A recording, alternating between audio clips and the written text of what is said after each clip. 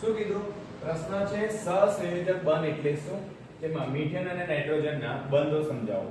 પહેલા તો સહસંયોજક બંધ એટલે બે પરમાણુ વચ્ચે ઇલેક્ટ્રોનની ભાગી દ્વારા બનતો બંધ એટલે સહસંયોજક બંધ. કેટલા પરમાણુ વચ્ચે?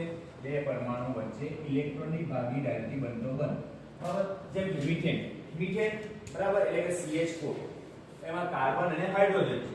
તો કાર્બનનો પરમાણુ ક્રમાંક મને ખબર છે 6 એટલે કે એની ઇલેક્ટ્રોન રચના કેવી રીતે લખાય? પહેલામાં 2 અને બીજામાં 4 એટલે પહેલું ભરાઈ ગયું, બીજામાં 4 એટલે કે કેટલા ઘટે? એને બાહ્ય કક્ષામાં 4 ઇલેક્ટ્રોન છે એટલે કે એને 4 ઘટે છે.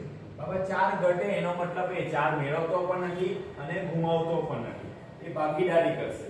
તો ધારો કે અહીંયા કાર્બન છે, કાર્બનમાં 4 ઇલેક્ટ્રોન બટાઈ ગયા અને 4 હાઇડ્રોજન છે બરાબર.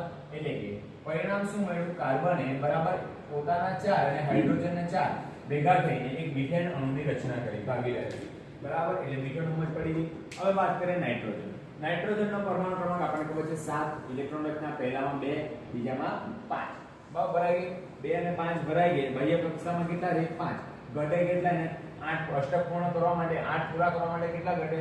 3 ઘટે એટલે કે 2 નાઇટ્રોજન જો ભેગા થાય તો 5 અને 5 બરાબર એટલે ગોઠવાઈ જાય અને આ n અને n અને n 3 બંધ બરાબર એટલે કે ત્રિબંધ રચે. એટલે નાઇટ્રોજન અને નાઇટ્રોજન વચ્ચે ત્રિબંધ રચીને હવે જો ગણી લો આના 2 બરાબર 3 4 5 6 7 8 થઈ ગયા. એટલે આના બી 8 પૂરા. આ બાજુ 2 1 2 3 4 5 6 7 8 8 પૂરા. એટલે બંનેને n અને n વચ્ચે ભાગીદાર થઈને આ અષ્ટક પૂર્ણ કર્યો બરાબર. એટલે કે નાઇટ્રોજનમાં ત્રિબંધ રચાયો અને મીથેનમાં બરાબર આ રીતે સિંગલ બોન્ડ બનાવે છે.